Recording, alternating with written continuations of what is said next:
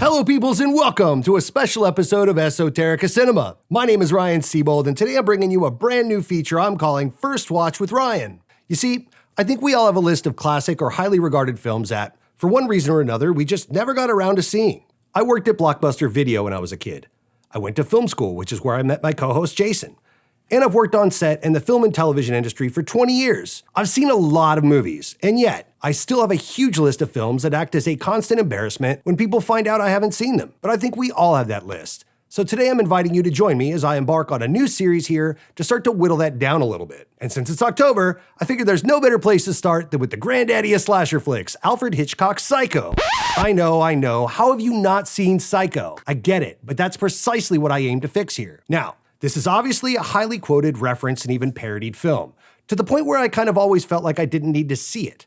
So before I go watch this, I thought I'd begin with a short list of what I'm expecting out of the experience, and compare my notes after I see this. I'm expecting some level of whodunit, and some good old-fashioned Hitchcock mystery, Hitchcockery if you will. From a making-of standpoint, I'm pretty sure this is a slasher film, pitting Marion, played by Janet Leigh, against a classic killer Norman Bates, played by Anthony Perkins. Though I don't know anything about the additional cast, I know the score is legendary by Bernard Herrmann, I'm excited for that, and the film was made well into the color years for film. But this has a haunting black and white noir look, so I'm excited to learn more about that too. And I think I know the ending, it'll be interesting to see if that spoils anything. So without further ado, let's go watch Psycho for the first time. 2 hours later. Oof, okay, wow. So, high level. I really enjoyed this film. For starters, I was right about certain plot points about this movie, but I can't say it in any way spoiled the experience for me, as there were so many twists and turns that I didn't see coming. Giving a brief summary, Marion, played by Janet Leigh, who is married to Tony Curtis and mother to Jamie Lee Curtis, is on the run, finds herself a place to hide in a small family-run motel, and is killed by the motel owner. Marion's sister and lover, played by Vera Miles and John Gavin respectively, track her to the motel to solve the mystery of her murder and the horrors found within. Jumping right in, I was pretty shocked that the first act of the film is pretty much just Marion stealing 40 grand and going on the lam. And Norman Bates doesn't show up till over 30 minutes into the film? If you don't know about the shower stabbing scene, you've been living under a rock your whole life. But I had zero idea this happened at minute 40 with over an hour left in the film. And after doing a bit of research on this, it was absolutely by design. Apparently, this was the first movie that strictly adhered to showtimes. Theaters weren't allowed to let viewers in after the movie started. Prior to this, it was common for cinema goers to arrive and leave as they wanted. But Hitchcock himself put an end to that with Psycho. This created quite a bit of buzz as to why viewers were being so restricted. What was Hitch hiding? And it paid off, as this was Hitchcock's most successful film, bringing in over $30 million. It was also considered a low-budget picture of his. At this point in his career, remember, he had already had solid hits with Vertigo and North by Northwest, but he had an interest in low-budget pictures he was seeing go to the drive-ins, and wondered what he could do in that creative space. He had one more film on his contract with Paramount as he was transferring over to Universal, so he figured screw it, let's try one, and made Psycho for $1 million, so this was a huge smash for him. And okay, let's talk about how he reached that low of a budget. Hitchcock had his show at the time, Alfred Hitchcock Presents. You know, the one with the silhouette where he walks in and fills the profile. He just took the crew he'd been using for that. So all these iconic shots of Janet Leigh in the shower, or the insane camera movement down the hall, then up over the door, turning into the overhead shot above the stairs as Bates carries his mom down the staircase, the haunting as fuck lighting on Mama Bates' face. Yeah, that was a guy named John Russell, who was a TV guy that shot stuff like The Munsters. I won't bore you with the whole story, but suffice it to say that it's really cool that such an iconic piece of cinema came from this ragtag group.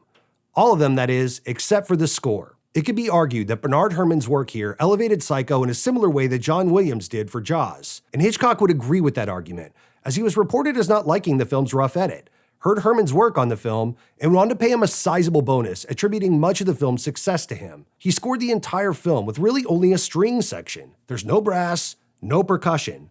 Pay attention next time you have it on. It's crazy. If you're wondering who Herrmann was, he worked with Hitchcock on Vertigo and North by Northwest, and gave us scores on everything from Citizen Kane to Taxi Driver, and many episodes of The Twilight Zone. Dude's a fucking legend. And what would Psycho have been without the infamous re? Also, I had zero idea that the sample for Gimme Some More from Busta Rhymes came from this movie. Lastly, a couple things of note. There were some moments in this film that were quite shocking at the time, but didn't hold up. For example, there are a few scenes at the top of the film where Janet Leigh is in her underwear with her gazongas out, and that was super taboo for its day. By today's standards, you watch this movie and don't bat an eye at those scenes, but moviegoers were super surprised back then, as women weren't usually portrayed in anything less than a nightie or a slip. Also, fun fact, this was the first toilet portrayed in American cinema. In the film, Marion is keeping track of her stolen funds on paper and how much she has left, and decides to tear this up and flush it down the toilet, which acts as evidence later in the story. This was a big no-no and took some convincing to the censors to allow this as a major plot point. So apparently, in good old American fashion, you could show outright stabbing murder, but toilets were a no-no. Which makes sense, I guess, considering the popular children's book from that era, Nobody Poops. I'll also add that anyone who stands under the shower and turns it on without letting it warm up first is the real psycho here. So, in the pantheon of Hitchcockery, I love the impending doom and methodical horror pacing of The Birds. I enjoyed the descent into madness vibes of North by Northwest, but I only sort of liked Vertigo and didn't really care for Rear Window. So where does Psycho fall in the ranking? I'd say I still like The Birds the best personally. Maybe it's the nostalgia of it. I'd put Psycho second though.